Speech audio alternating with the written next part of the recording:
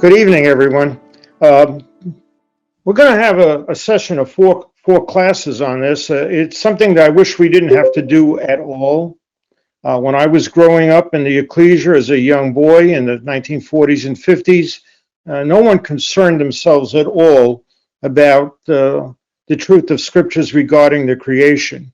But what has happened in recent years is evangelical and fundamentalist teachings have emphasized a creationist story of literalism that has reawakened people's thinkings. And at the same time, atheistic writers have used it as an excuse to completely attack the early chapters of Genesis, knowing full well that if you can undercut the credibility of this, you undercut the credibility of the whole Bible. So I'm going to ask a few things. First, please hold your questions until the end of the class. I'm sorry, I'm used to doing that at the university for two reasons. One, smart people can anticipate what I may say later in the same lecture. And two, at my age, if I lose my train of thought, that's serious. So please be patient with this. So the first class is going to be on challenges to understanding the creation story. And I'm sorry what is happening here. I'm not getting this to change. Okay, I got to do it over here.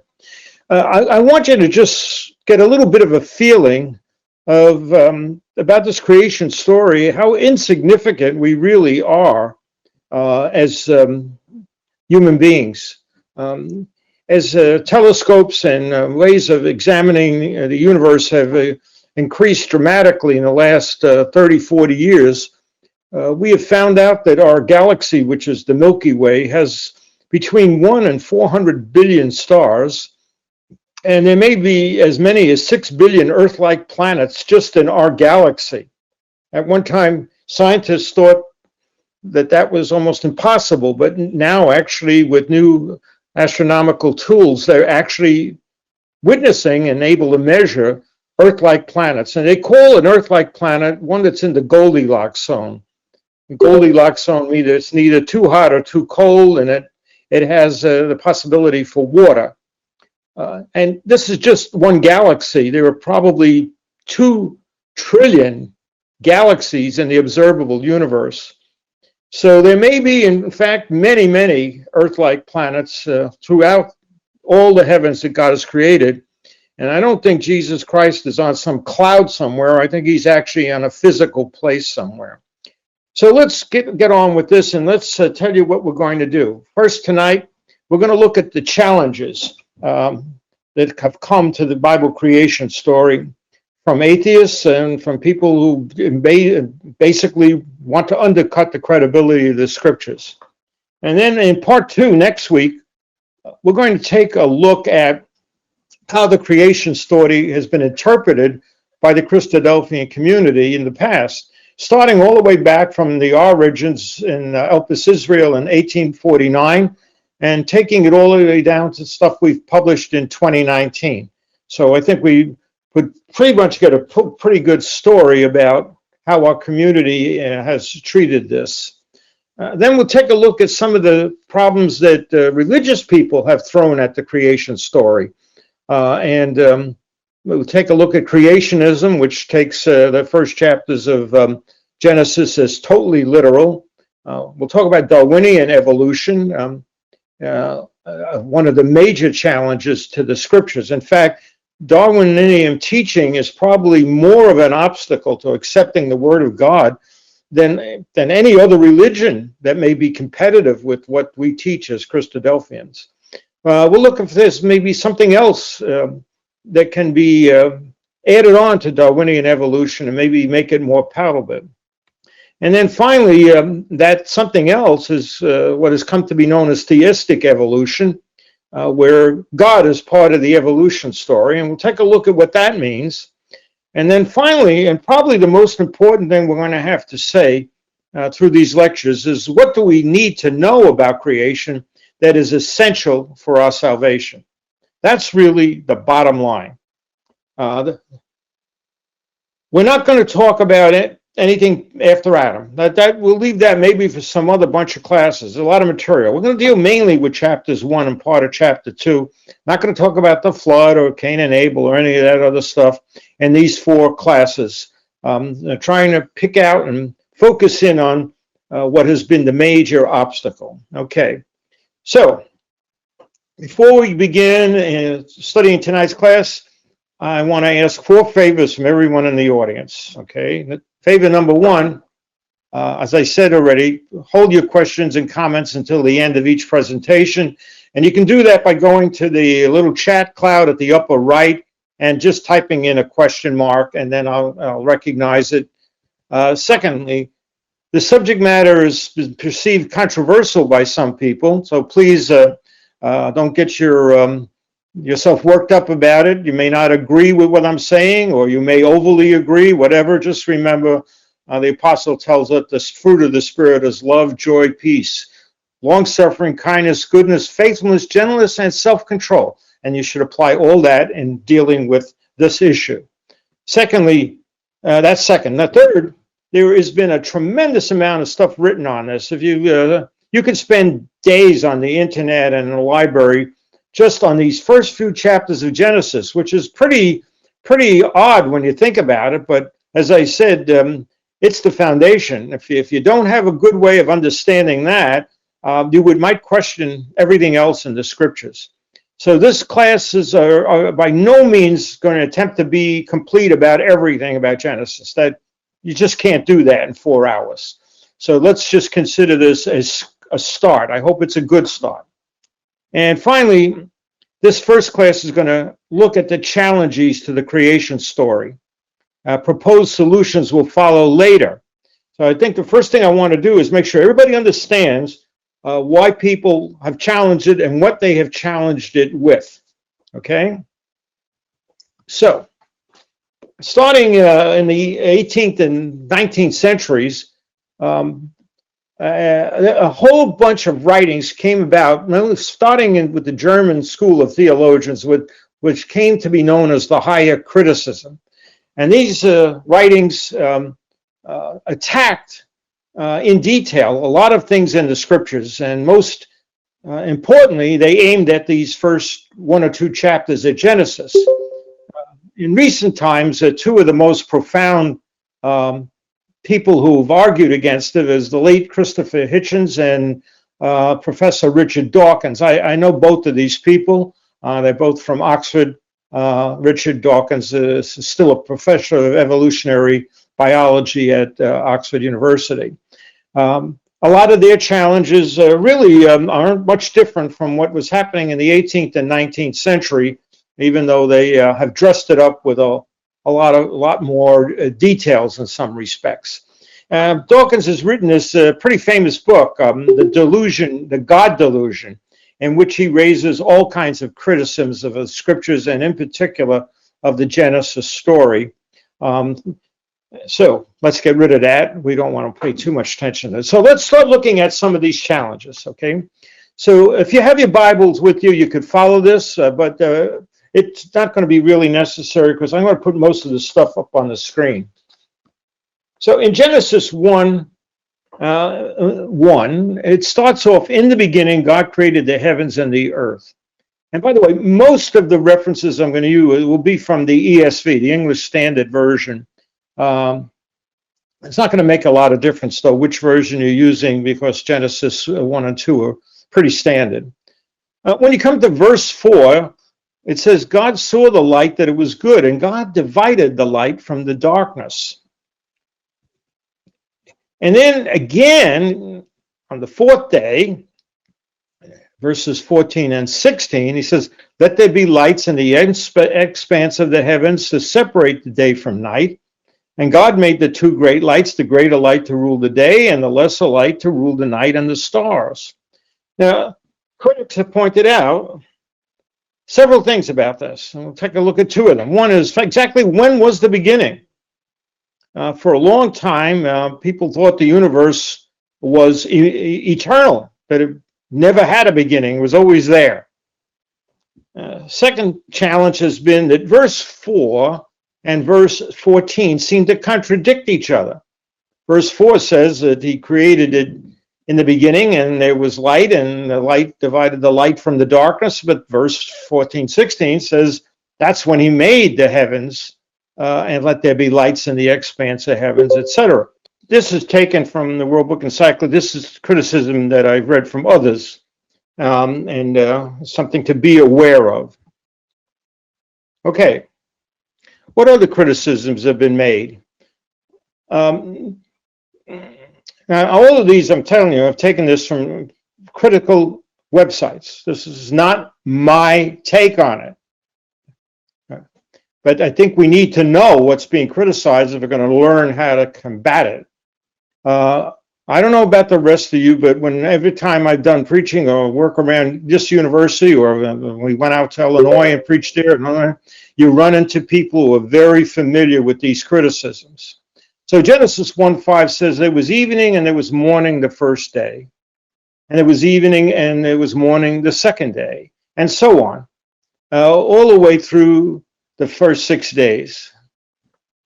Okay? On the seventh day, there is no mention of evening and morning at all. We're not told that it began or ended. So what are the challenges that atheistic critics of the Bible put?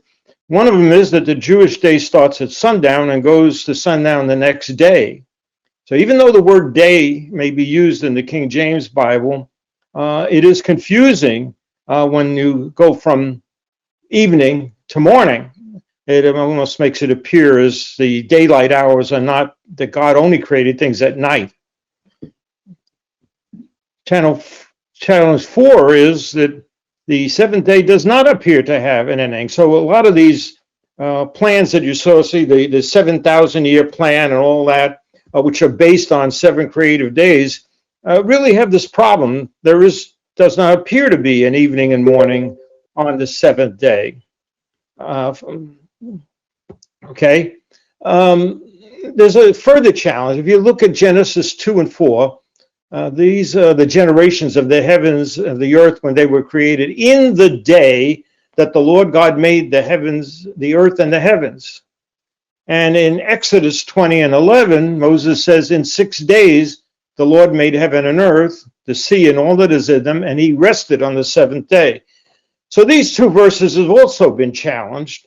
And challenge number 5 that I'm going to raise for you is that Genesis 2:4 implies that 1 day was needed for creation, and Genesis 1 and Exodus 20 imply that 6 days. So which is literal and which is not, or are they all figurative? This is the kind of challenge that has been raised on those 2 verses. Finally, another challenge on this is it appears that the Bible is kind of contradicting itself. It says God rested on the 7th day, but the question is, does God actually have to rest? Psalm 121:4 says, behold, he who keeps Israel will neither slumber nor sleep. And there are a number of other verses which also imply that God does not rest. He is always active. Okay, let's go on and look at some of these other challenges that are made on the scriptures. In Genesis 2:19, we read, now out of the ground the Lord God had formed every beast of the field and every bird of the heavens and brought them to the man to see what he could call them. And whatever the man called every living creature, that was its name. Now, that has been challenged, of course, of whether that's actually literal.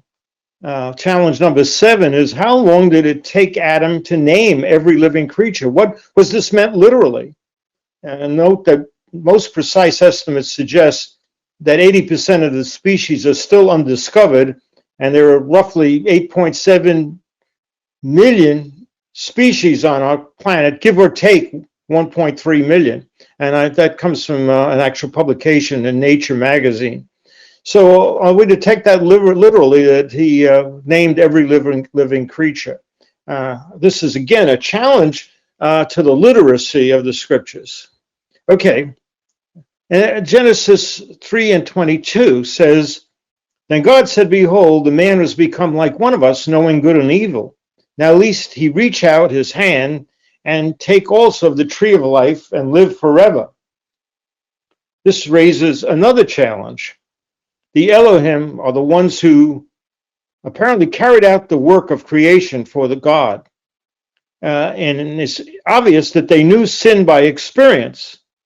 Since God only has immortality, that's from, I think we're pretty much familiar with that, 1 Timothy 6:16, then the angels must have been mortal at some prior time, and at that time had to be before Adam. And so that challenge is a serious one, because it is internally in the scriptures, leading us to realize that there must have been something going on before the days mentioned in Genesis chapter 1 of the work on our planet. Okay. And the final one I'm going to take, and now I want you to realize that these atheists have had many more than just I picked the most salient ones, but there have been many, many other challenges, almost word for word, on these couple of chapters. As I said, and I will keep repeating because it's important to know that they attack it because they are trying to underpin the whole validity of the scriptures. So a final challenge we'll consider is what is meant by time. By the way, the picture in the upper right is a famous painting, a section of a famous painting by Salvatore Dali called The Persistence of Memory, in which he tries to show that time is fluid and can mean different things to different people. So the Bible says very plainly that the concept of time for God is different from the way we look at time. 2 Peter 3:8, he says, but do not overlook this one fact, beloved, that with the Lord 1 day is as 1,000 years, and 1,000 years as 1 day. So clearly God is outside of the kind of time sphere we know. That is, I think, pretty obvious, and the scriptures make that pretty plain. God does not run his universe based on earth time. So when the universe was made, we have to realize not only was space created, but so was time. There was no time before there was planets and stars and galaxies. And the question that has to be asked is, why would the creation of the universe depend on earth time? Clearly, the reference, the Apostle Peter letter indicates that the Lord is not subject to earth time. Moreover, since earth time is defined the rotation of our planet, why would creation depend on earth days even before there was an earth? So that's a pretty serious scriptural challenge, and we'll label that challenge number 9. How do we count for time in the creation story? All right, so we've taken a look at some of the attacks that have been made on the text itself. But as the 19th century came along, other challenges came about from science. And I think we're going to take a look at least 3 of these right now. Geology, physics, and evolution were all products of the 19th century. There was huge advances in all 3 fields. More progress was made in those areas than had been made in the previous 2,000 years. And these challenges impinged on Bible belief in big ways. And as we go along looking at this, I think we're going to realize that these challenges are not easily dismissed.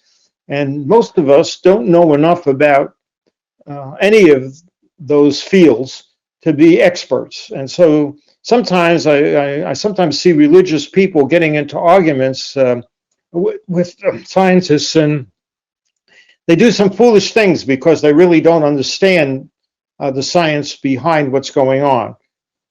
So I'm going to try to make things as simple as possible, because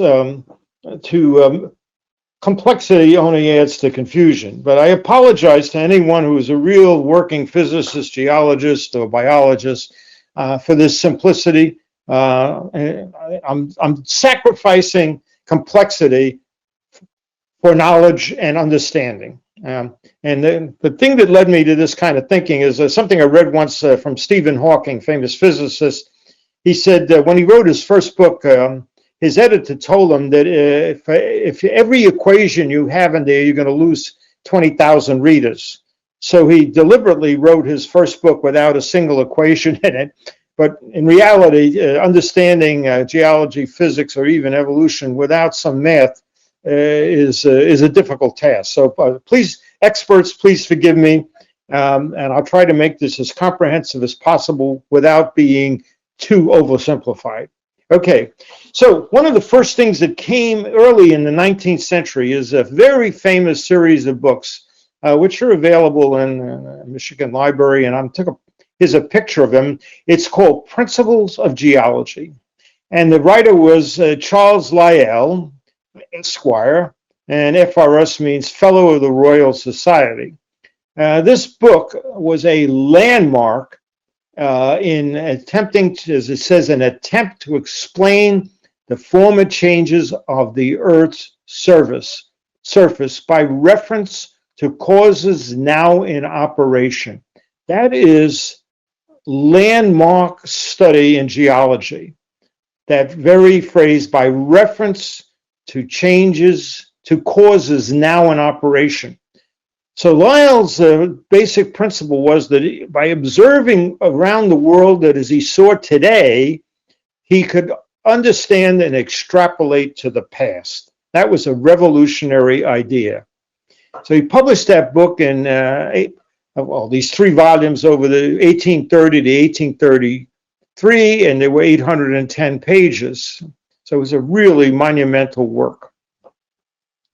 And in that work, what he said by reference to causes now in operation, it came to be known as the uniformitarian principle. The principle stated shortly means the assumption that the same natural laws and processes that operate in our present day scientific observations have always operated in the universe in the past and apply everywhere in the universe. And that has been the major principle that has driven geology, physics, and evolution to be in conflict with a literal interpretation of Genesis chapters 1 and 2. So Charles Lyell went further in other writings, and he looked carefully at the evidence, and he determined that the history of the earth differed radically from the Bible version. Now, you can imagine in 1830 to 1833, this was revolutionary. And this led him to 3 extremely important conclusions. And I want you to pay attention because these conclusions are still ones that are used time and again by scientists. First, the earth is much more ancient than can be explained by a literal reading of the Bible. Second, the processes that form the earth and the universe are the same as processes taking place today.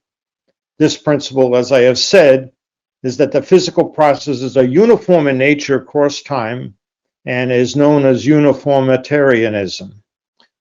Basically, the underlying principle here is that when God created the universe, he also created the laws of physics. That's basically what number 2 says. And number 3, most of the processes that have shaped Earth, and by extension the universe, take place over a very long period of time by means of gradual, almost imperceptible change. And so this led to a very strong challenge to the Bible literalism. And his books had an immediate, strong and immediate impact on scientific and religious circles in the early 19th century. And they still have an impact in some measure down to the present day. Okay. Now, by the way, this is, again, not this is all, I didn't make this up. This is all from the source. So how does geology estimate the Earth's age? How do they go about doing it? It pays to at least get a little bit of an idea. First, he noticed, not only in England, but geologists noted around this planet, there are many places with what's called striations, strata, which looks like layer after layer laid down like a layer cake. And here's just one example of many, many layers that have been built up, as Lyell assumed, over many, many ages. And each layer is an age where something was deposited, compacted, and then later in time, another layer was laid down, composited, and compacted.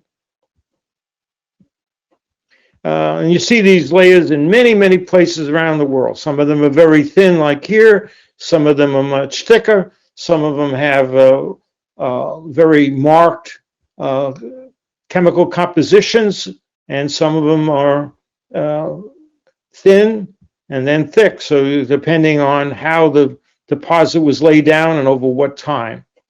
But this idea of strata is key to how geologists have interpreted the Earth, and two ways. One, how they were laid down, and one, how they eroded away.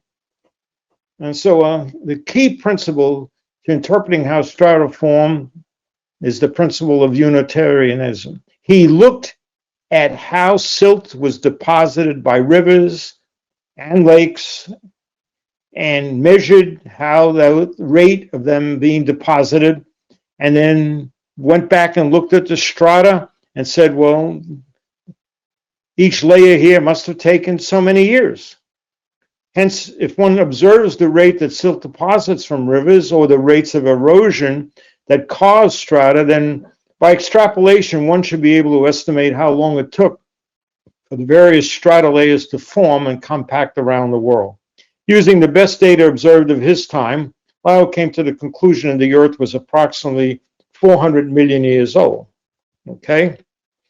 So how does physics enter this picture? Well, Lord Kelvin came along, exactly 30 years later after Lyell, and using thermodynamics, he assumed that the Earth was first a molten blob and it eventually cooled down to form the way we know it now.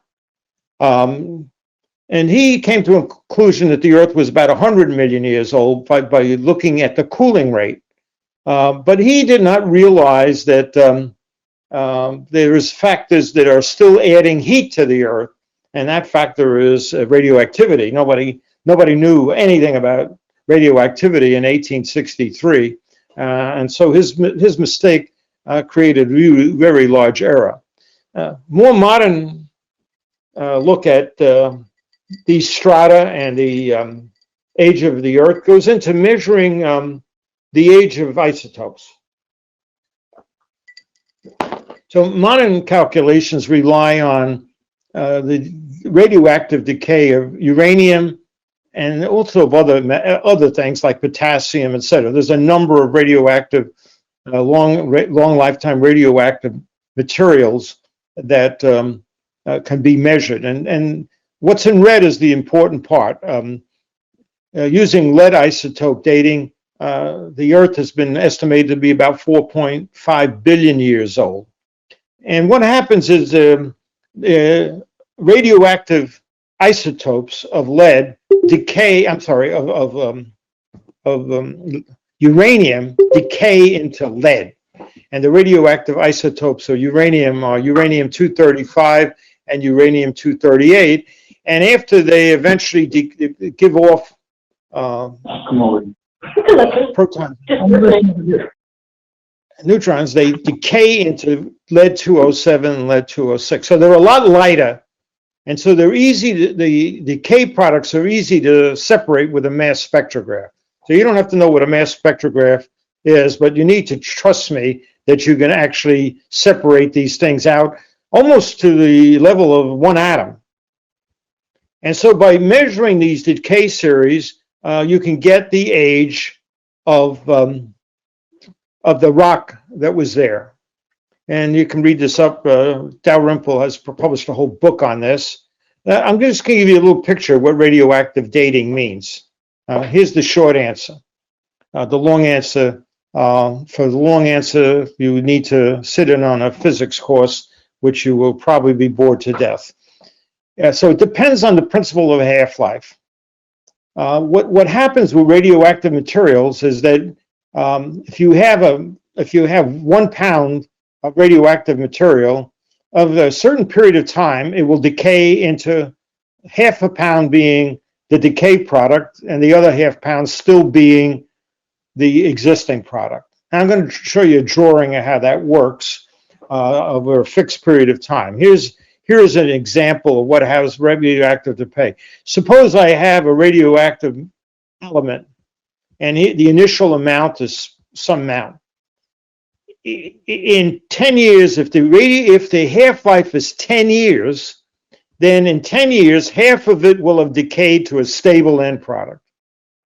In another 10 years, this half of this will decay. Half of this will decay into a stable product. And the 1/4 that's left, in another 10 years, half of this will decay until eventually it's all gone. And so you can see whatever the half-life is, if the half-life is X, it can be 1,000 years. Then in 2,000 years, you'll get 1/4, and 3,000 years, you'll get so on. And so you end up being able to measure this. Now, with sensitive equipment today, you can measure half-lives of almost anything. And it turns out that for lead, the half-life is in the billions of years. Okay, so that's a challenge from physics, that the Earth is way much older than a literal 6,000 years ago. Oh, by the way, just as a matter of record, the Septuagint gives a different age for the Earth, and the Septuagint, the writers, the translators there were much closer to the original sources. So Genesis 1 and 2 are not necessarily even in good Bible literature exactly 6,000 years old. All right, so this challenge raised this whole point of evolution. How did life come about then? So as soon as Darwin found out about the Earth being a lot older, he realized that maybe he could start interpreting other things that were in the strata. And in the strata, they started digging up, and what they found were fossils. And the fossil record was pretty interesting, because the lower down you went, the more simple were the creatures that were found in these layers. And so he came to the conclusion that life started in simple forms and then progressed and progressed and progressed, and each layer, the complexity of life increased. And geologists, using their strata, and evolutionists have now made a total picture of what they think the Earth evolved over the last 2.5 billion years. Okay, so this whole picture of the progression of life, it's pretty much, I know I studied it even in the 1950s in a biology class in high school, and this is the picture given to our children in pretty much great complexity today about the progression of life by evolutionary processes. And so Darwin ended up writing this book, a very famous book, The Origin of Species. I don't know how many people read it. I've read it. It's actually pretty boring reading, but his whole premise is based on the fact that life could come about by natural processes with no need for a God. And he wrote that book and published it in 1859. It sold 1,250 copies. In this book, like Lyell, proposed two landmark principles that people who want to undercut the veracity of the Bible have repeated over and over again. And the first principle is natural selection. This presumes the survival of the fittest of a given species. Weaker individuals that have not adapted to their environment eventually die off. And secondly, origin of a species. Life started first with simpler life forms, and somehow more and more complex creatures evolved. Darwin did not know anything about DNA or chromosomes or any of those things. Hence, his original thesis was without a model to explain exactly how this was supposed to have happened. And it's took the late 20th century to start trying to put some models on it. Now, as a physicist, I can tell you this is a terrible way to actually do science. I mean, you propose a theory and you don't even have a model or have any idea how that theory might come about. His idea that these things evolve naturally from simple to more complex without any idea of how it might have happened is still one of the main problems with Darwinistic theory. In fact, the main problem that I've found with it is the very title, On the Origin of Species. You might argue that natural selection is almost obvious, that a species once existing might adapt, and maybe adaptation is a better word than natural selection. But the idea that one species can evolve into a different species, that just boggles my mind. Okay. By the way, yeah, the book sold for approximately what was 1 week's wages in 1860. So it was a fairly stiff price. Okay. Okay, so this concludes our input from physics and evolutionary biology. We've got ourselves stuck with challenges 10, 11, and 12 from geology, physics, and evolutionary biology. And those are all I'm going to consider. Now, atheists have picked a lot of other fine detail. Geologists and physicists could have picked a lot of other fine detail. But to not overdo the complexity of the situation, that's what we're going to focus on. And the next classes are going to look at whether these challenges, what they really mean, and how we can combat them. That's the challenge for faithful people. If we want to preach the gospel, we don't want to be undercut by someone saying the Bible is a book that has no veracity because it starts out with myths and legends. All right, so Brother Thomas died in 1871. And it is quite possible he was aware Charles Darwin's book was published in 1859. And it is absolutely certain that he had knowledge of Lyell's 1830-33 books on geology and on the age of the earth. So when we look at these challenges, we have to realize that going back to the very foundation of our community, the founders, John Thomas and his follower who developed the community, Robert Roberts, they were not ignorant of any of these challenges. We shouldn't think that all of this stuff came along in the last 10, 20, 30, 40, 50 years. They were there from the very beginning of our community. And both Darwin and Lyell's publications had become quite famous by the late 19th century. And it's absolutely certain that Brother Roberts was aware of both.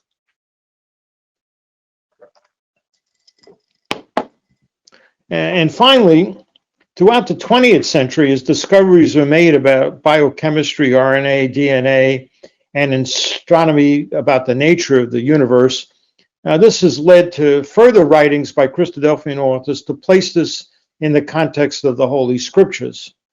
And this is what we plan to explore, Lord willing, in our next class.